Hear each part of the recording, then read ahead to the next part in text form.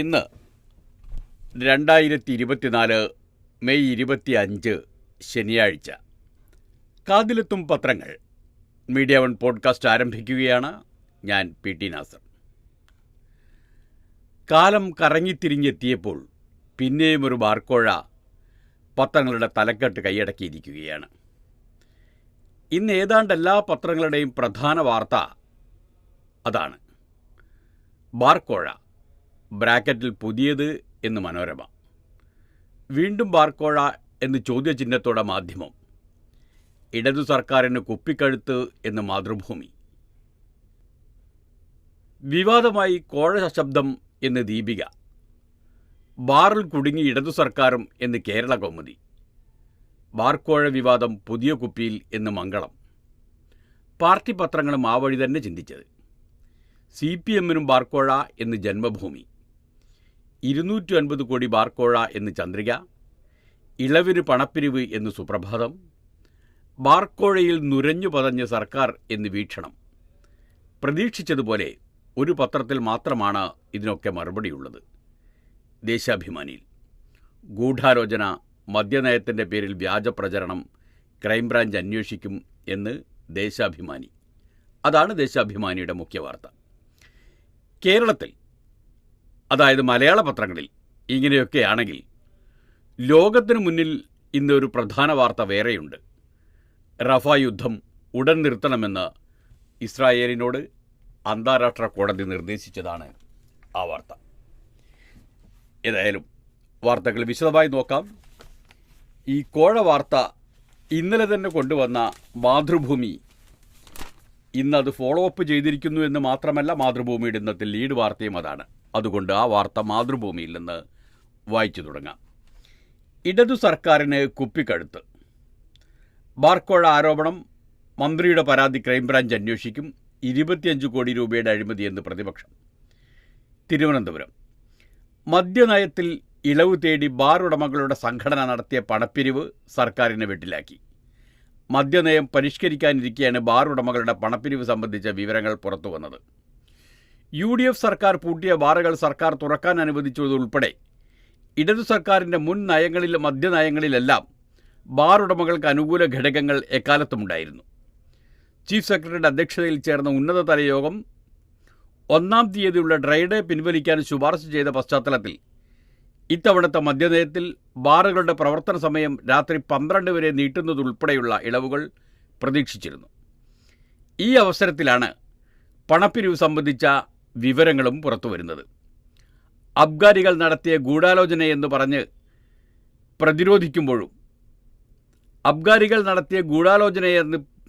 പറഞ്ഞ് പ്രതിരോധമൊരുക്കുമ്പോഴും പണപ്പിരിവ് നടന്നതിൻ്റെ തെളിവുകൾ പുറത്തു വന്നതാണ് അന്വേഷണം ആവശ്യപ്പെടാൻ സർക്കാരിനെ പ്രേരിപ്പിച്ചത്.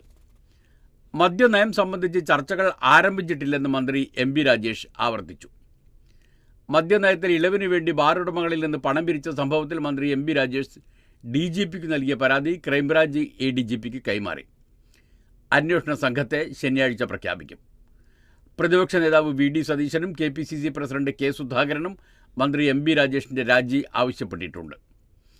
250 കോടി രൂപയുടെ അഴിമതി നടന്നുവെന്നാണ് പ്രതിപക്ഷ ആരോപണം. സർക്കാരിൽ നിന്നും അനുകൂല തീരുമാനമുണ്ടാകണമെങ്കിൽ 2.5 ലക്ഷം രൂപ വീതം നൽകണമെന്നാവശ്യപ്പെട്ട് federation of Kerala hotels association Idukki ജില്ലാ പ്രസിഡന്റ് അനിമോൻ്റെ ശബ്ദ സന്ദേശമാണ് പുറത്തുവന്നത്. സംഭവം വിവാദമായതിന് പിന്നാലെ അനിമോനെ സംഘടനയിൽ നിന്ന് പുറത്താക്കി. വിഭാഗീയ പ്രവർത്തനത്തിന് പുറത്തായ വ്യക്തിയാണ് അനിമോനെന്ന് പ്രസിഡന്റ് V സുനിൽകുമാർ പറഞ്ഞു. ഈ വാർത്ത ഇന്നലെ മാതൃഭൂമി കൊണ്ടുവന്നപ്പോൾ അവരിട്ട തലക്കെട്ട് മദ്യനയം മാറ്റിമറിക്കാൻ ഒരു സ്മോൾ സഹായം എന്നായിരുന്നു. വ്യാജ ആരോപണമാണ്, മന്ത്രി രാജിവെക്കില്ല എന്ന് ഗോവിന്ദൻ പറഞ്ഞിട്ടുണ്ട്. MP ഗോവിന്ദൻ, CPM സംസ്ഥാന സെക്രട്ടറി. അത് മാതൃഭൂമി ഈ വാർത്തയോട് കൂടി ചേർത്തിരിക്കുന്നു. UDFൻ്റെ കാലത്ത് നടന്നതിൻ്റെ ആവർത്തനമാണ് ഇപ്പോഴെന്നുള്ളത് തെറ്റിദ്ധാരണ പരത്താനാണ് വ്യാജാരോപണം. ഇതിൻ്റെ പേരിൽ മന്ത്രി രാജിവെക്കില്ല. ഓഡിയോ സന്ദേശത്തെക്കുറിച്ചടക്കം അന്വേഷിക്കട്ടെ എന്നാണ് സർക്കാരിൻ്റെ നിലപാട്. മദ്യനയത്തിൽ മാറ്റം വരുത്തുന്നതിനെക്കുറിച്ചോ CPM-ഓ LDF-ഓ സർക്കാരോ ചർച്ച നടത്തിയിട്ടില്ല. എന്നാൽ പ്രതിപക്ഷ നേതാവ് VD സതീശൻ പറയുന്നത് മന്ത്രിയും CPM-ഉം അറിയാതെ പണപ്പിരിവ് നടക്കില്ല എന്നാണ്. തെരഞ്ഞെടുപ്പ് പെരുമാറ്റച്ചട്ടം നീങ്ങിയാൽ അബ്കാരി ചട്ടങ്ങളിൽ ഭേദഗതി വരുത്താമെന്ന ഉറപ്പിന്മേൽ കോടികളുടെ കോഴ ഇടപാടാണ് പുറത്തു വന്നിരിക്കുന്നത്. എക്സൈസ് മന്ത്രിയും CPM അറിയാതെ ബാറുകളുടെ പണപ്പിരിവ് നടക്കില്ല. ഇതിൻ്റെ ഉത്തരവാദിത്തം ഏറ്റെടുത്ത് മന്ത്രി MP രാജേഷ് രാജിവെക്കണം എന്ന് പ്രതിപക്ഷ നേതാവ് ആവശ്യപ്പെടുന്നു. ഈ പറഞ്ഞതിനൊക്കെയും മറുപടിയാണ് ദേശാഭിമാനിയിലുള്ളത്. ദേശാഭിമാനിയുടെ തലക്കെട്ട് വായിച്ചല്ലോ. ഗൂഢാലോചന, മദ്യനയത്തിൻ്റെ പേരിൽ വ്യാജ പ്രചരണം, ക്രൈംബ്രാഞ്ച് അന്വേഷിക്കും എന്നാണ്.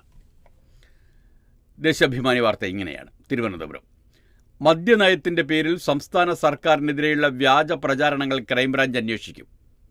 ഗൂഢാലോചന സംശയിക്കുന്നതായി എക്സൈസ് മന്ത്രി MP രാജേഷ് സംസ്ഥാന പോലീസ് മേധാവി ഷെയ്ഖ് ദർവേഷ് ഷാഹിമിന് നൽകിയ പരാതി ക്രൈംബ്രാഞ്ച് ADGP H വെങ്കടേഷിന് കൈമാറി. ഡ്രൈ ഡേ പിൻവലിക്കാനോ ബാറുകളുടെ സമയം കൂട്ടാനോ സർക്കാർ തീരുമാനിച്ചിട്ടില്ല.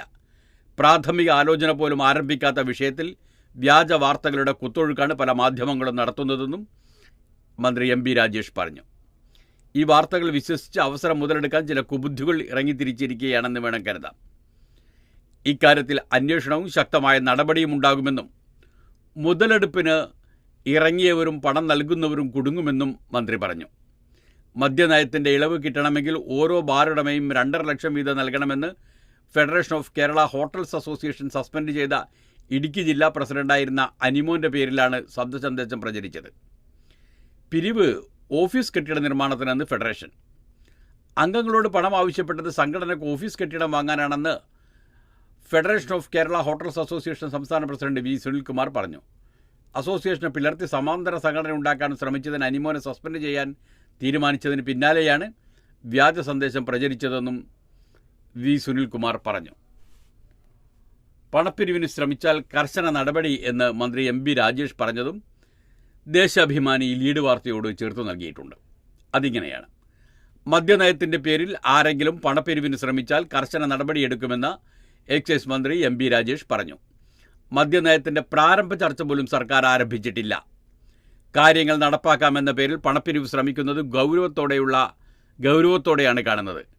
കഴിഞ്ഞൊരു മാസമായി മാധ്യമങ്ങളിൽ മദ്യനയം സംബന്ധിച്ച് ആസൂത്രിതമായി വാർത്തകൾ വരുന്നു. ഈ വാർത്തകളുടെ അടിസ്ഥാനത്തിലാകും പണപ്പിരിവിനുള്ള ശ്രമം. ബാർ ലൈസൻസ് ഫീസ് 5 ലക്ഷം ആക്കിയത് LDF സർക്കാരാണ്. സംസ്ഥാനത്ത് ഇതിനു മുമ്പ് ഇങ്ങനെ ഫീസ് വർദ്ധിപ്പിച്ചിട്ടില്ല. ഒന്നാം പിണറായി സർക്കാരാണ് ബാർ ഉടമകളുടെ ക്രമക്കേടിന് പിഴ ഏർപ്പെടുത്തിയത്.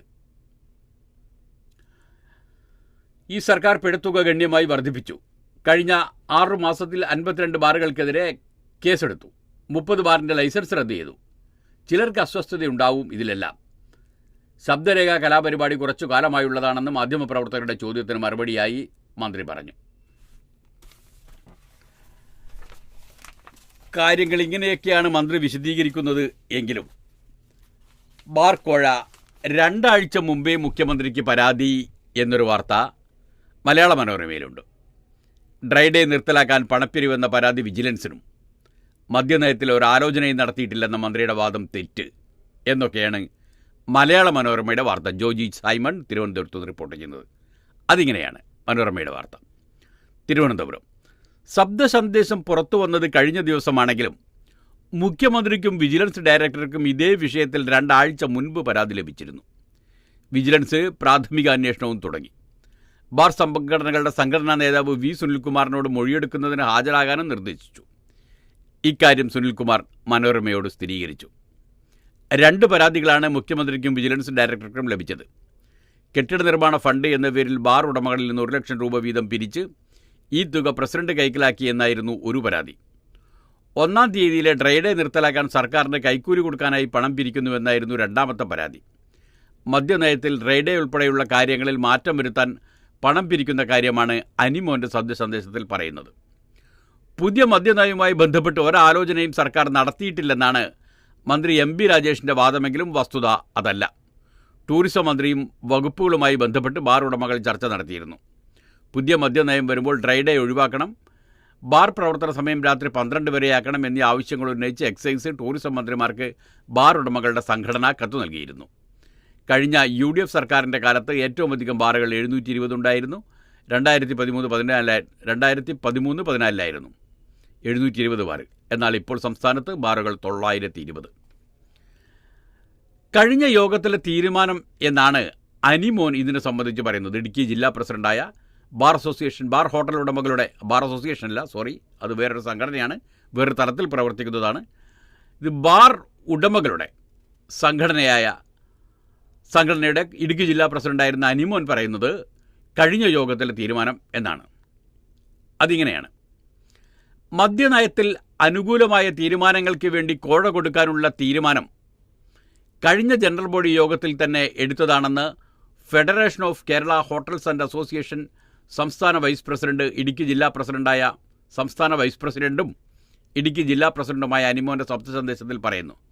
സന്ദേശത്തിൽ ഇങ്ങനെയാണ്: 2.5 ലക്ഷം രൂപ വെച്ച് കൊടുക്കാൻ പറ്റുന്നവർ 2 ദിവസത്തിനകം ഗ്രൂപ്പിലിടുക. ആരുടെയും 10 പൈസ പോകില്ല. അതിനെല്ലാം കൃത്യമായ കണക്കുണ്ടാകും. വിശ്വാസമില്ലാത്തവർ അവരവരുടെ ഇഷ്ടം പോലെ ചെയ്യുക. ഇതൊന്നും കൊടുക്കാതെ എല്ലാ കാര്യങ്ങളും ചെയ്യാമെന്ന് പറഞ്ഞ് ചില ആളുകൾ വന്നതായി പ്രസിഡന്റ് പറഞ്ഞു. അങ്ങനെയുള്ളവരുടെ കൂടെ അവർ പോവുക. നമ്മൾ സഹകരിച്ചില്ലെങ്കിൽ വലിയ നാശത്തിലേക്കാണ് പോകുന്നത്. പണ്ടത്തെ അവസ്ഥ വന്നു കഴിഞ്ഞാൽ അതിനെപ്പറ്റിയെല്ലാം നമ്മളെല്ലാം ചിന്തിക്കുന്നത് നന്നായിരിക്കും. കൊടുത്തിട്ട് എന്താണ് പ്രയോജനമെന്ന് ചോദിക്കുന്നവരുണ്ടാകാം. എന്നാൽ എല്ലാവരോടും മറുപടി പറയാൻ കഴിയാത്തതിനാണ് ഗ്രൂപ്പിലിടുന്നത്. അതേസമയം ഒരു രാഷ്ട്രീയ പാർട്ടിയും സംഘടനയും പണം ആവശ്യപ്പെട്ടിട്ടില്ലെന്നാണ് അസോസിയേഷൻ പ്രസിഡന്റ് സുനിൽ കുമാറിൻ്റെ വാദം. അതങ്ങനെ പോകുന്നു. അപ്പോൾ അങ്ങനെയാണ് ഈ കഥകളുടെ പോക്ക്. അതിനിടയിൽ കേരളത്തിന് 18,253 രൂപ കൂടി 18,253 കോടി രൂപ കൂടി കടമെടുക്കാം. വിരമിക്കൽ ആനുകൂല്യങ്ങളും ക്ഷേമ പെൻഷനും നൽകാൻ പണമായി. അതൊരു സമാധാനത്തിൻ്റെ വാർത്ത ഉണ്ട്. സമാധാനം എന്നാൽ സർക്കാരിനെങ്കിലും സമാധാനം. തിരുവനന്തപുരം സംസ്ഥാന സർക്കാരിന് ഈ വർഷം 18,253 കോടി രൂപ കൂടി കടമെടുക്കാൻ കേന്ദ്ര സർക്കാർ അനുമതി നൽകി. ഈ വർഷം ഇതുവരെ കടമെടുത്ത 3,000 കോടി രൂപയ്ക്ക് പുറമെയാണിത്. ഇതോടെ കടമെടുപ്പിന് അനുമതി കിട്ടിയ ആകെ തുക 21,253 കോടി രൂപയായി. ഈ വർഷം ആകെ 37,512 കോടി രൂപയാണ് കേരളത്തിന് കടമെടുക്കാൻ കഴിയുകയെന്ന് ഏപ്രിൽ ആദ്യവാരം തന്നെ കേന്ദ്രം അറിയിച്ചിരുന്നു. എന്നാൽ ഇപ്പോൾ അനുമതി നൽകിയത് ഇതിനേക്കാൾ 16,253 രൂപ കുറച്ചുള്ള തുകയായതിനാൽ വ്യക്തത തേടി സംസ്ഥാനം കത്തയക്കും. ഏതായാലും അത്രയെങ്കിലും പണം കടമെടുക്കാം. അവയവ മാഫിയ ഒരാൾ കൂടി അറസ്റ്റിൽ എന്നൊരു വാർത്ത മലയാള മനോരമയിലുണ്ട്. കൊച്ചി രാജ്യാന്തര അവയവ കച്ചവട റാക്കറ്റിന് വേണ്ടി മനുഷ്യക്കടത്ത് നടത്തിയ മലയാളി സംഘത്തിലെ ഒരാളെ കൂടി കേരള പോലീസിൻ്റെ പ്രത്യേക അന്വേഷണ സംഘം അറസ്റ്റ് ചെയ്തു. എടത്തല സ്വദേശി സജിത് ശ്യാമാണ് അറസ്റ്റിലായത്. ഹൈദരാബാദ് കേന്ദ്രീകരിച്ച് പ്രവർത്തിക്കുന്ന റാക്കറ്റിൻ്റെ ഇടനിലക്കാരനായ കൊടുങ്ങല്ലൂർ വലപ്പാട് സ്വദേശി സബിത്തുമായി സാമ്പത്തിക ഇടപാടുകൾ നടത്തിയ ആളാണ് സജിത്ത്. ശനിയാഴ്ച രാത്രി അറസ്റ്റിലായ സബിത്തിൻ്റെ ചോദ്യം ചെയ്യൽ പോലീസ് കസ്റ്റഡിയിൽ തുടരുകയാണ്. ഹൈദരാബാദിലെ അവയവ കച്ചവട റാക്കറ്റിന് വേണ്ടി വിദേശത്തേക്ക് കടത്തിയവരുടെ കൂട്ടത്തിലുള്ള മലയാളികളെ കണ്ടെത്താനുള്ള ശ്രമവും നടക്കുന്നു. ഉത്തരേന്ത്യയിൽ നിന്ന് കടത്തിയവരുടെ പട്ടിക അതത് സംസ്ഥാനങ്ങൾക്ക് നൽകും. ഇതിനിടെ കൊച്ചിയിലെത്തിയ തമിഴ് കുടുംബങ്ങളെ തിരിച്ചയച്ചു. മടക്കി അയച്ചത് മുഖ്യ കണ്ണി അറസ്റ്റിലായതിൻ്റെ പിറ്റേന്ന്. കൊച്ചി രാജ്യാന്തര അവയവ കച്ചവടത്തിനായി വാടക വീടെടുത്ത് നൽകി കൊച്ചിയിൽ താമസിപ്പിച്ചിരുന്ന 5 തമിഴ് കുടുംബങ്ങളെ റാക്കറ്റിൻ്റെ കണ്ണികളിലെ മുഖ്യ കണ്ണിയായ സബിത്ത് അറസ്റ്റിലായതിൻ്റെ പിറ്റേന്ന് തന്നെ നാട്ടിലേക്ക് തിരിച്ചയച്ചു.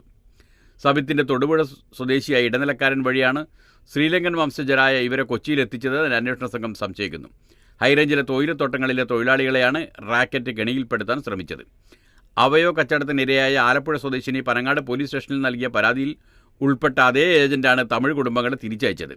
വ്യാജ ആധാർ കാർഡും പാസ്പോർട്ടും നിർമ്മിച്ച് ജോലിക്കായി ഇന്ത്യയിലെത്തുന്ന ശ്രീലങ്കൻ വംശജരെയാണ് വൻതുക വാഗ്ദാനം ചെയ്ത് അവയവ റാക്കറ്റ് കെണിയിൽ വീഴ്ത്തിയത്.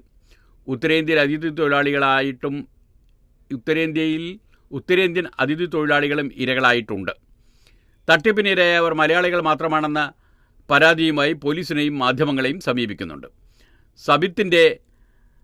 സബിത്തിനെ നിയന്ത്രിക്കുന്നത് ഹൈദരാബാദ് അവയവ കച്ചവട റാക്കറ്റ് സമൂഹ മാധ്യമങ്ങളിൽ പരസ്യം നൽകിയാണ് ഇരകളെ വീഴ്ത്തുന്നത്. സബിത്തിനെ നിയന്ത്രിക്കുന്ന ഹൈദരാബാദ് അവയവ കച്ചവട റാക്കറ്റ് സമൂഹ മാധ്യമങ്ങളിൽ പരസ്യം നൽകിയാണ് ഇരകളെ വീഴ്ത്തുന്നത്. കേരളത്തിൽ ഇത് സാധ്യമല്ലാത്തതിനാലാണ് പ്രാദേശിക ഇടനിലക്കാരെ നിയോഗിക്കുന്നത്. തെലങ്കാന പോലീസ് പിടികൂടി രജിസ്റ്റർ ചെയ്ത സാൻഡി സിൻഡിക്കേറ്റിൻ്റെ കേസ് ഡയറിയിൽ ഇക്കാര്യം രേഖപ്പെടുത്തിയിട്ടുണ്ട്. ഒരു വൃക്കയ്ക്ക് 20 ലക്ഷം രൂപയാണ് പരസ്യം നൽകിയ റോഹൻമാരിക്ക്, അതായത് സാൻഡി, വാഗ്ദാനം ചെയ്തത്. അവയവ കച്ചവട റാക്കറ്റിൻ്റെ ഫോൺ നമ്പർ അടക്കമായിരുന്നു പരസ്യമെന്ന് തെലങ്കാന പോലീസിൻ്റെ കേസ് ഫയലിൽ പറയുന്നു. തെലങ്കാനയിൽ അന്വേഷണം ഇതിനേക്കാൾ മുന്നോട്ട് പോയിട്ടുണ്ട് എന്ന് ചുരുക്കം. ബൂത്തിലെ വോട്ടുകൾ ഇടപെടാതെ സുപ്രീം കോടതി. അതാണ് മാധ്യമത്തിൻ്റെ ഇന്നത്തെ ലീഡ് വാർത്ത. ഫോറം 17C അതേപടി പുറത്തുവിടാൻ ഉത്തരവിടില്ല. അവധി കഴിഞ്ഞ ഹർജികൾ പരിഗണിക്കും. ന്യൂഡൽഹി. ലോക്സഭാ തെരഞ്ഞെടുപ്പിൽ ഓരോ ബൂത്തിലും രേഖപ്പെടുത്തുന്ന വോട്ടുകളുടെ പൂർണ്ണ വിവരം ഉൾപ്പെടുന്ന ഫോറം 17C അതേപടി പുറത്തുവിടാൻ തെരഞ്ഞെടുപ്പ് കമ്മീഷനോട് ഉത്തരവിടില്ലെന്ന് സുപ്രീം കോടതി. ഏറെ സംശയങ്ങൾക്കിടവരുത്തിയ വോട്ടുകളിലെ ഒളിച്ചുകളികൾക്കിടയിലാണ് തർക്കത്തിലിടപെടാൻ സുപ്രീം കോടതിയുടെ അവധിക്കാല ബെഞ്ച് വിസമ്മതിച്ചത്. കോടതി അവധി കഴിഞ്ഞ് ഹർജികൾ പരിഗണിക്കുമെന്ന് വ്യക്തമാക്കിയ ജസ്റ്റിസുമാരായ ദീപാങ്കർ ദത്ത, സതീഷ് ചന്ദ്ര ശർമ്മ എന്നിവരടങ്ങുന്ന ബെഞ്ച് തെരഞ്ഞെടുപ്പ് കമ്മീഷന് വിശ്വാസത്തിലെടുക്കണമെന്ന് ഹർജിക്കാരോട് ഉപദേശിച്ചു. എല്ലാ പാർട്ടികളുടെയും ബൂത്ത് ഏജന്റുമാർ ഒപ്പിട്ട ഫോറം 17Cയിലെ ബൂത്ത് തിരിച്ചുള്ള വോട്ട് കണക്ക് പുറത്തുവിടാൻ നിയമപരമായ ബാധ്യതയില്ലെന്നും ഇത് കുഴപ്പത്തിനിടയാക്കുമെന്നുമുള്ള കമ്മീഷന്റെ വാദം മുഖവിലക്കെടുത്താണ് വിഷയത്തിൽ ഇടപെടാൻ കോടതി വിസമ്മതിച്ചത്. തെരഞ്ഞെടുപ്പ് പ്രക്രിയകൾക്കിടയിൽ കമ്മീഷന് എന്തെങ്കിലും നിർദ്ദേശം നൽകാൻ തങ്ങൾ തയ്യാറല്ലെന്ന് ബെഞ്ച് വ്യക്തമാക്കി. തങ്ങൾക്ക് മുന്നിലെത്തിയ അപേക്ഷകളിൽ വാദം കേട്ടുവെങ്കിലും പ്രഥമദൃഷ്ട്യാ ഇടപെടാൻ ഒരുക്കമല്ല. ഫോറം 17C പ്രകാരമുള്ള വോട്ടുകളുടെ കണക്ക് പുറത്തുവിടണമെന്നാവശ്യപ്പെട്ടുകൊണ്ടുള്ള 2019 മുഖ്യ ഹർജി സുപ്രീം കോടതിയിൽ ഉള്ളപ്പോൾ ഇതേ കാര്യം ഇപ്പോൾ ഇടക്കാല ആശ്വാസമായി ഇടപെടാനാവില്ല. 2019 മഹുവ മൊയ്ത്രയുടെ ഹർജിയിലെ അതേ ആവശ്യമാണ് ഇപ്പോൾ സമർപ്പിച്ച അപേക്ഷകളിലുമുള്ളത്. ഇടക്കാല ആവശ്യം അംഗീകരിച്ചാൽ മുഖ്യ ഹർജിയിൽ അന്തിമ വിധി പുറപ്പെടുവിക്കുന്നതിന് തുല്യമാകും. അതിനാൽ ഈ ഹർജികൾ മുഖ്യ ഹർജിക്കൊപ്പം പിന്നീട് പരിഗണിക്കാം. തെരഞ്ഞെടുപ്പിൻ്റെ 5 ഘട്ടങ്ങൾ കഴിഞ്ഞു. ശനിയാഴ്ച 6ാം ഘട്ടമാണ്. ഈ ആവശ്യം നടപ്പിലാക്കാൻ ആൾബലം വേണം. ഈ ഘട്ടത്തിൽ അതിന് കഴിയില്ല. ഇക്കാര്യത്തിൽ യാഥാർത്ഥ്യബോധം വേണമെന്നും ബെഞ്ച് വ്യക്തമാക്കി. തെരഞ്ഞെടുപ്പ് കമ്മീഷൻ വോട്ട് കണക്ക് പുറത്തുവിട്ടാണ് വിഷയം ഉന്നയിക്കേണ്ടി വന്നതെന്ന്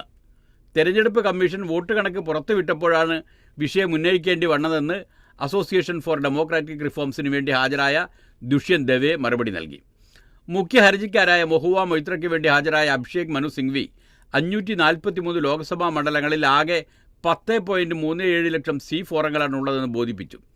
ഇവ അതാത് റിട്ടേണിംഗ് ഓഫീസർമാർക്കായി വീതിച്ചാൽ 1911 ഫോറങ്ങൾ ഒരു ഓഫീസറുടെ കീഴിൽ എണ്ണാനാകുമെന്നും സിംഗ്വി വാദിച്ചെങ്കിലും ബെഞ്ച് അംഗീകരിച്ചില്ല. ദുഷ്യന്ത് ദവെ വാദം തുടങ്ങുമ്പോഴേക്കും ഇടപെട്ട കോടതി ലോക്സഭാ തെരഞ്ഞെടുപ്പ് വിജ്ഞാപനത്തിന് മുമ്പ് ഹർജിക്കാർ എന്തുകൊണ്ട് വന്നില്ല എന്ന് ചോദിച്ചു.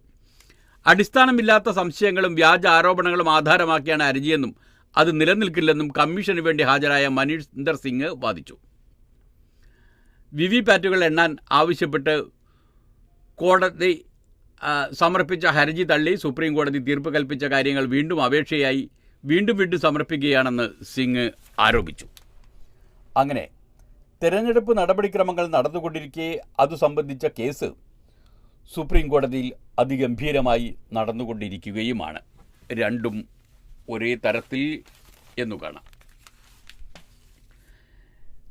ഇതിനിടയിൽ തൃശ്ശൂരിൽ അവയവ കച്ചവടത്തിൻ്റെ ഇരകൾ ഏജന്റുമാരുടെ ഭീഷണിയിൽ എന്നൊരു വാർത്ത മാധ്യമത്തിലുണ്ട്. തൃശ്ശൂർ ഇടവേളയ്ക്ക് ശേഷം തൃശ്ശൂരിൽ അവയവ കച്ചവടം വീണ്ടും ചർച്ചയാകുമ്പോൾ ഭീതിയിൽ ജീവിതം തള്ളി നിൽക്കുകയാണ് ഇരകൾ. തൃശ്ശൂർ മുല്ലശ്ശേരിയിലെയും സമീപ ഗ്രാമങ്ങളിലുമായി ഇരയായ 30-ലധികം പേർ അവയവ കച്ചവടത്തിന് ചുക്കാൻ പിടിക്കുന്ന ഏജന്റുമാരുടെ ഭീഷണി നേരിടുകയാണ്.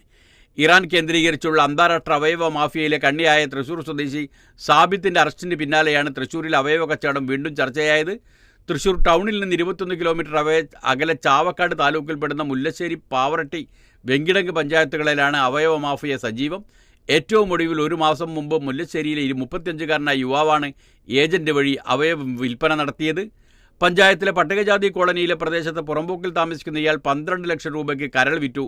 1.5 വർഷത്തിനിടെ ഇയാൾക്ക് പുറമെ 6 സ്ത്രീകളെയും വൃക്കകൾ വിറ്റെന്നാണ് അറിയാൻ സാധിച്ചത്. എന്നാൽ ഏജന്റുമാരുടെ ഭീഷണി കാരണം ഇവർ പരാതി നൽകാൻ തയ്യാറല്ല. അതാണ് സാമ്പത്തികമായി ഏറെ പിന്നോക്കം നിൽക്കുന്നവരാണ് അവയവ മാഫിയയുടെ ഇരകൾ. മുല്ലശ്ശേരിയിലും സമീപ പ്രദേശങ്ങളിലും ലക്ഷം വീട് കോളനികളിലും പട്ടികജാതി കോളനിയിലും വാടക വീടുകളിലും താമസിക്കുന്നവരെയാണ് ഇവർ ചൂഷണം ചെയ്യുന്നത്. ജപ്തി ഭീഷണി നേരിടുന്ന കുടുംബാംഗങ്ങളെയും മാഫിയകളുടെ ഇരകളാണ്. പത്രങ്ങളിൽ പ്രസിദ്ധീകരിക്കുന്ന ജപ്തി അറിയിപ്പുകളിൽ നിന്ന് ഇത്തരം കുടുംബങ്ങളുടെ വിവരങ്ങൾ കൈക്കലാക്കിയ ശേഷം അവയവ വിൽപ്പനയ്ക്ക് പ്രേരിപ്പിക്കുന്നതാണ് രീതി. ഇത്തരത്തിലാണ് മുല്ലശ്ശേരിയിൽ ഏജന്റുമാർ ഇരകളെ കണ്ടെത്തിയതെന്ന സംഭവം പുറത്തു കൊണ്ടുവന്ന മുല്ലശ്ശേരി മുൻ പഞ്ചായത്ത് പ്രസിഡന്റ് CA ബാബു മാധ്യമത്തോട് പറഞ്ഞു. ഒരു വൃക്കയ്ക്ക് 10 ലക്ഷം രൂപയാണ് ഏജന്റുമാർ വാഗ്ദാനം ചെയ്യുന്നത്. എന്നാൽ 4-5 ലക്ഷം മാത്രം നൽകി ബാക്കി തുക ഏജന്റുമാർ കൈക്കലാക്കുകയാണ് പതിവ്. നിയമപ്രകാരം അവയവ കൈമാറ്റത്തിനായി 20-ലധികം രേഖകൾ ആവശ്യമാണ്. എന്നാൽ ഈ രേഖകളെല്ലാം ഏജന്റുമാർ വ്യാജമായി തയ്യാറാക്കി നൽകുന്നു. പ്രധാനമായി എറണാകുളം, കോഴിക്കോട് എന്നിവിടങ്ങളിലെ വൻകിട സ്വകാര്യ ആശുപത്രികളിലാണ് തൃശ്ശൂരിലെ ഇരകളുടെ അവയവ കൈമാറ്റ ശസ്ത്രക്രിയകൾ ഏജന്റുമാർ നടത്തുന്നത്. സർക്കാരിൻ്റെ അവയവദാന പദ്ധതിയായ മൃതസഞ്ജീവനിയുടെ കാലതാമസവും അവയവ മാഫിയ മുതലാക്കുന്നു. പാതുവഴിയിൽ നിലച്ച ഒരു അന്വേഷണത്തെപ്പറ്റിയും മാധ്യമ വാർത്തയിലുണ്ട്. 2023 നവംബറിൽ മുല്ലശ്ശേരിയിൽ അവയവ കച്ചവടം സംബന്ധിച്ച് CA ബാബു മുഖ്യമന്ത്രിക്ക് പരാതി നൽകിയിരുന്നു. തുടർന്ന് ഗുരുവായൂർ അസിസ്റ്റന്റ് പോലീസ് കമ്മീഷണറുടെ മേൽനോട്ടത്തിൽ നടത്തിയ അന്വേഷണം തെളിവില്ലെന്ന് പറഞ്ഞ് അവസാനിപ്പിച്ചു. മുല്ലശ്ശേരിയിൽ കച്ചവടത്തിന് ചുക്കാൻ പിടിക്കുന്നെന്ന് പറയപ്പെടുന്ന ഏജന്റിന്റെ പേര് പുറത്തു വന്നിട്ടും അയാൾക്കെതിരെ തെളിവില്ലെന്നാണ് പോലീസ് വ്യക്തമാക്കിയത്. എന്നാൽ അന്താരാഷ്ട്ര മാഫിയയിലെ കണ്ണിയായ സബിത്തിന്റെ അറസ്റ്റോടെ മുല്ലശ്ശേരിയിലെ അവയവ കച്ചവടം സംബന്ധിച്ച് വീണ്ടും അന്വേഷണം തുടങ്ങുകയായിരുന്നു. എന്നാൽ ഇതുവരെ കേസ് രജിസ്റ്റർ ചെയ്തിട്ടില്ല. അന്വേഷണം കാര്യക്ഷമമല്ലെങ്കിൽ കേന്ദ്ര ആരോഗ്യ മന്ത്രാലയത്തിന് പരാതി നൽകുമെന്ന് ബാബു പറഞ്ഞു. അങ്ങനെ പോകുന്നു ആ സംഭവങ്ങൾ. അതിനിടയിൽ ആവശ്യമുള്ളിടത്ത് 15 ദിവസത്തിനധികം സ്കൂളോ ബാച്ചോ അനുവദിക്കണമെന്ന് ഹൈക്കോടതി സർക്കാരിനോട് പറഞ്ഞിരിക്കുന്നു. ഹയർ സെക്കൻഡറി സീറ്റിൽ ഉള്ള കേസിലാണ് ഈ വിധി വന്നത്.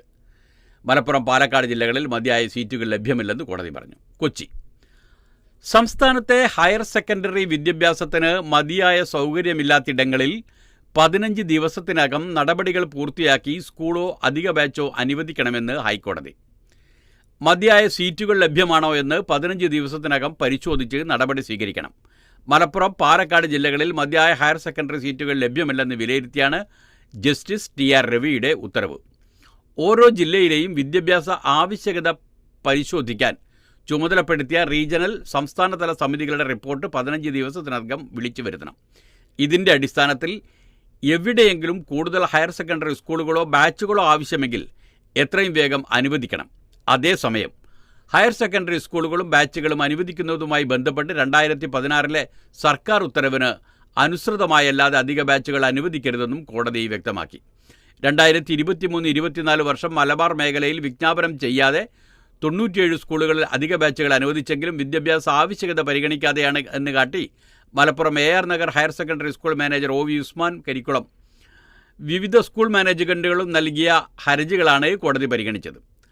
ഹയർ സെക്കൻഡറി സ്കൂളുകൾ അനുവദിക്കുന്നതുമായി ബന്ധപ്പെട്ട് സെൻറ്റ് സെബാസ്റ്റ്യൻസ് സ്കൂൾ, ശ്രീലാൽ കേസുകളിൽ 2 പ്രധാന ഉത്തരവുകൾ ഹൈക്കോടതി പുറപ്പെടുവിച്ചിരുന്നു.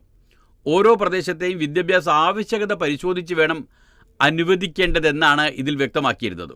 ഒരു പ്രദേശത്ത് നിന്ന് 10ാം ക്ലാസ് പരീക്ഷ വിജയിച്ചവർക്ക് തുടർ പഠനത്തിന് നിശ്ചിത ദൂരപരിധിക്കകത്ത് സ്കൂളുകളോ ബാച്ചുകളോ ഇല്ലാത്തത് കണക്കെടുപ്പിലൂടെ പരിശോധിച്ച് വേണം വിദ്യാഭ്യാസ ആവശ്യകത കണക്കെടുക്കാൻ. സെൻറ്റ് സെബാസ്റ്റ്യൻസ് കോളേജിലെ ഉത്തരവിൽ ഇതിനനുസൃതമായി സർക്കാർ 2016 ഉത്തരവിറക്കി. എന്നാൽ കോടതിയുടെയും സർക്കാരിൻ്റെയും തന്നെ ഉത്തരവുകൾ പാലിക്കാതെ ഹയർ സെക്കൻഡറി ബാച്ചുകളുടെ കാര്യത്തിൽ ഇപ്പോഴും സർക്കാരിന് ആശയക്കുഴപ്പമാണ്. മലപ്പുറത്തും പാലക്കാടുമടക്കം മലബാർ മേഖലയിൽ 6 ജില്ലകളിൽ ഹയർ സെക്കൻഡറി സീറ്റുകൾ ആവശ്യമുള്ളതിനേക്കാൾ വളരെ കുറവാണെന്ന് പൊതുവിദ്യാഭ്യാസ ഡയറക്ടറുടെ റിപ്പോർട്ടുണ്ട്. അതിനാലാണ് 15.71 കോടി രൂപയുടെ അധിക ബാധ്യതയുണ്ടായിട്ടും 97 അധിക ബാച്ചുകൾ അനുവദിച്ചതെന്നാണ് സർക്കാരിൻ്റെ ന്യായീകരണം. മലപ്പുറത്ത് ഹയർ സെക്കൻഡറി സ്കൂളുകളുടെ അഭാവം മുമ്പും കോടതിയുടെ ശ്രദ്ധയിൽപ്പെട്ടിട്ടുള്ളതാണ്. പരിഹരിക്കാൻ സർക്കാരിന് നിർദ്ദേശം നൽകിയതുമാണ്. സർക്കാർ നിയോഗിച്ച സമിതിക്ക് ഒരിടത്ത് വിദ്യാഭ്യാസ ആവശ്യകത ബോധ്യപ്പെട്ടാൽ നടപടിക്രമങ്ങൾ പാലിച്ച് അത് പരിഹരിക്കാൻ നടപടി സ്വീകരിക്കുകയാണ് വേണ്ടത്. അതിനു പകരം സ്വേച്ഛാപരമായ തീരുമാനത്തിലൂടെ അധിക ബാച്ച് അനുവദിക്കുന്നത് കോടതി നിർദ്ദേശങ്ങളിൽ നിന്നുള്ള വ്യതിചലനമാണ് എന്നും മാധ്യമത്തിൻ്റെ വാർത്തയിൽ പറയുന്നു. കോപ്റ്ററിന് നേരെ ആക്രമണ സൂചന ഇല്ലെന്ന് ഇറാൻ. ഇങ്ങനെയൊരു വാർത്തയും മാധ്യമത്തിലുണ്ട്. ടെഹ്റാൻ: പ്രസിഡന്റ് ഇബ്രാഹിം റയീസിയുടെ കോപ്റ്ററിന് നേരെ ആക്രമണമുണ്ടായതായി യാതൊരു സൂചനയുമില്ലെന്ന് ഇറാൻ ഔദ്യോഗിക മാധ്യമത്തിൻ്റെ വിശദീകരണം. സൈനിക അന്വേഷണ സംഘത്തെ ഉദ്ധരിച്ചാണ് റിപ്പോർട്ട്. പർവ്വത മേഖലയിൽ തകർന്ന ഉടൻ കോപ്റ്ററിന് തീപിടിച്ചെന്നും റിപ്പോർട്ട് പറയുന്നു. ഇത് സംബന്ധിച്ച് അന്വേഷണ തലവിൻ്റെ പ്രസ്താവന വ്യാഴാഴ്ച ഇറാൻ ടെലിവിഷൻ സംപ്രേഷണം ചെയ്തു. ആദ്യ അന്വേഷണത്തെ അടിസ്ഥാനമാക്കിയുള്ള നിഗമനമാണിത്. തുടരന്വേഷണം നടക്കുന്നുണ്ട്. അതിനുശേഷം വിശദ വിവരങ്ങൾ ലഭിക്കും. കോപ്റ്ററിൻ്റെ തകർച്ചയ്ക്ക് മുമ്പ് പൈലറ്റ് സംഘവും കൺട്രോൾ ടവറും തമ്മിൽ നടന്ന ആശയവിനിമയത്തിൽ സംശയകരമായി ഒന്നുമില്ല. തകരുന്നതിന് 90 സെക്കൻഡുകൾക്ക് മുൻപാണ് ഒപ്പം പറന്ന കോപ്റ്ററുകളുമായി റയീസിയുടെ കോപ്റ്ററിൽ നിന്ന് അവസാനമായി ആശയവിനിമയം നടന്നത്. കോപ്റ്ററിൻ്റെ പാത മാറിയിട്ടില്ല, കോപ്റ്ററിന് നേരെ ഒന്നും പതിച്ചിട്ടുമില്ലെന്നും വിശദീകരിച്ചു. ഇക്കഴിഞ്ഞ ഞായറാഴ്ചയാണ് ഇറാൻ പ്രസിഡന്റ് ഇബ്രാഹിം റയീസിയും വിദേശകാര്യമന്ത്രി ഹുസൈൻ അമീർ അബ്ദുല്ലാഹിയനുമടക്കം 8 പേർ അപകടത്തിൽപ്പെട്ടത്. പപ്പുവ ന്യൂഗിനിയയിൽ മണ്ണിടിച്ചിൽ 100-ലേറെ മരണം. Port Morris bay. ഓഷ്യാനിയയിലെ ദ്വീപ് രാഷ്ട്രമായ പപ്പുവ ന്യൂഗിനിയയിൽ വെള്ളിയാഴ്ച ഉണ്ടായ മണ്ണിടിച്ചിലിൽ 100-ലേറെ പേർ മരിച്ചു. തലസ്ഥാനമായ പോർട്ട് മോറിസ് ബെറിയിൽ നിന്ന് 600 കിലോമീറ്റർ വടക്ക് പടിഞ്ഞാറുള്ള എൻഗ പ്രവിശ്യയിലാണ് സംഭവം. മണ്ണിനടിയിൽപ്പെട്ടവരെ പുറത്തെടുക്കാൻ ശ്രമം തുടരുകയാണ്. മരണസംഖ്യ ഉയരാനിടയുണ്ട്. ഉറങ്ങിക്കിടന്ന ജനങ്ങൾക്ക് പുലർച്ചെ 3-ന് കല്ലും മണ്ണും മരങ്ങളും ഉൾപ്പെടെ കുത്തിയൊലിച്ചു വന്നപ്പോൾ ഒന്നും ചെയ്യാനായില്ല. രക്ഷാപ്രവർത്തകർ സ്ഥലസമയത്തേക്ക് പോയിട്ടുണ്ട്. അർമീനിയ 4 അതിർത്തി ഗ്രാമം അസർബൈജാന് വിട്ടു നൽകി. യെരവാൻ. ദീർഘനാളത്തെ സംഘർഷാവസ്ഥ അവസാനിപ്പിക്കുന്നതിൻ്റെ ഭാഗമായി നടത്തിയ ചർച്ചയിൽ തീരുമാനപ്രകാരം 4 അതിർത്തി ഗ്രാമങ്ങൾ അസർബൈജാന് വിട്ടു നൽകി അർമീനിയ. ബഗാനീസ്, വോസ്കപ്പാർ, കിരാൻസ്, ബെർക്കാബർ എന്നീ ഗ്രാമങ്ങളാണ് തിരികെ നൽകിയത്. 1990-കളിൽ അർമീനിയ പിടിച്ചെടുത്ത 4 ഗ്രാമങ്ങളിൽ കാര്യമായ ജനവാസമില്ല. സോവിയറ്റ് യൂണിയൻ്റെ തകർച്ചയ്ക്ക് ശേഷം 2 യുദ്ധങ്ങൾ നടത്തിയ രാജ്യങ്ങൾ തമ്മിലുള്ള ബന്ധം നന്നാക്കുന്നതിലേക്കുള്ള സുപ്രധാന ചുവടുവെപ്പാണ് കഴിഞ്ഞ മാസങ്ങളിൽ നടത്തിയ ചർച്ചയും അതിൻ്റെ പൂർണ്ണതയും. ഇതിനെല്ലാം ഇടയിൽ സുപ്രധാനമായ ഒരു വിധി അന്താരാഷ്ട്ര നീതിന്യായ കോടതിയിൽ നിന്നുണ്ടായിരിക്കുന്നു. ഇസ്രായേലിനോട് അന്താരാഷ്ട്ര നീതിന്യായ കോടതി പറഞ്ഞത് റഫ സൈനിക നടപടി ഉടൻ നിർത്തണം എന്നാണ്. ആ വാർത്ത മാധ്യമം 1-ാം പേജിൽ തന്നെ സൂപ്പർ ലീഡായി നൽകിയിട്ടുണ്ട്. അതിങ്ങനെയാണ്: ഹേഗ്. തെക്കൻ ഗസ നഗരമായ റഫയിലെ സൈനിക നടപടി ഉടൻ നിർത്തിവെക്കണമെന്നും ആ സൈന്യത്തെ പിൻവലിക്കണമെന്നും അന്താരാഷ്ട്ര നീതിന്യായ കോടതി ഇസ്രായേലിനോട് ആവശ്യപ്പെട്ടു. റഫയിലെ സ്ഥിതി അതിഗുരുതരമാണെന്ന് വിലയിരുത്തിയാണ് കോടതി ഉത്തരവ്. അതേസമയം ഹമാസിൽ നിന്ന് സ്വയം പ്രതിരോധിക്കാൻ തങ്ങൾക്ക് അവകാശമുണ്ടെന്ന് ഇസ്രായേൽ ആവർത്തിച്ചു. അന്താരാഷ്ട്ര തലത്തിൽ കൂടുതൽ ഒറ്റപ്പെടുന്ന ഇസ്രായേലിന് സമ്മർദ്ദം വർദ്ധിപ്പിക്കുന്നതാണ് ICJ ഉത്തരവ്, ഇൻ്റർനാഷണൽ കോർട്ടിൻ്റെ ഉത്തരവ്. അന്താരാഷ്ട്ര കോടതിയുടെ ഉത്തരവ് അനുസരിക്കാൻ രാജ്യങ്ങൾക്ക് ബാധ്യസ്ഥതയുണ്ടെങ്കിലും അവ നടപ്പാക്കുന്നതിനുള്ള പോലീസ് സംവിധാനം കോടതിക്കില്ല. റഫയിലെ സാഹചര്യം അത്യന്തം മോശമാണെന്ന് ICJയിലെ 15 ജഡ്ജിമാരിൽ 13 പേരും അഭിപ്രായപ്പെട്ടു. 8 ലക്ഷത്തോളം പേർ കുടിയൊഴിക്കപ്പെട്ടതായും സുരക്ഷയും മാനുഷിക സഹായങ്ങളും ലഭ്യമാക്കിയെന്ന ഇസ്രായേലിൻ്റെ വാക്കുകൾ വിശ്വസിക്കുന്നില്ലെന്നും ICJ പ്രസിഡന്റ് നവാഫ് സലാം പറഞ്ഞു. മാനുഷിക സഹായം എത്തിയതിൻ്റെ തെളിവുകളൊന്നുമില്ലെന്നും അദ്ദേഹം കൂട്ടിച്ചേർത്തു. കോടതി ഉത്തരവ് നടപ്പാക്കിയതുമായി ബന്ധപ്പെട്ട് 1 മാസത്തിനധികം റിപ്പോർട്ട് സമർപ്പിക്കാനും മാനുഷിക സഹായത്തിന് റഫ അതിർത്തി തുറക്കാനും കോടതി ഇസ്രായേലിനോട് ആവശ്യപ്പെട്ടു.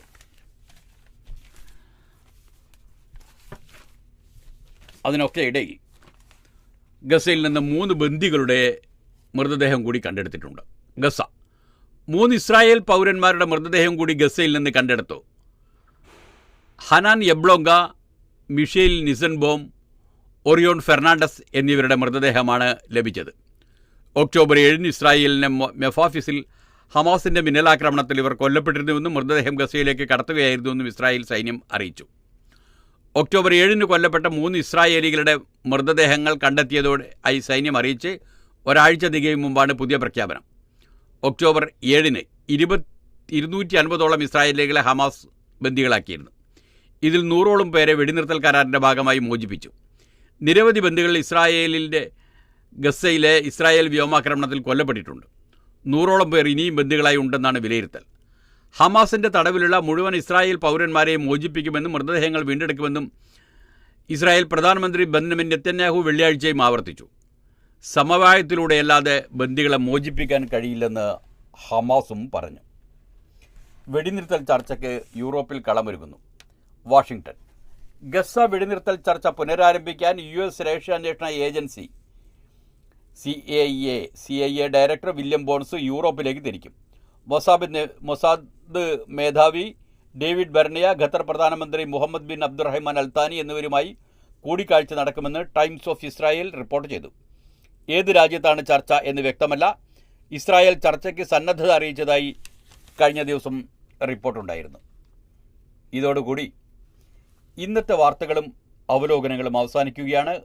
നാളത്തെ വാർത്തകളുമായി നാളെ കാണാം. അതുവരെയും നന്ദി.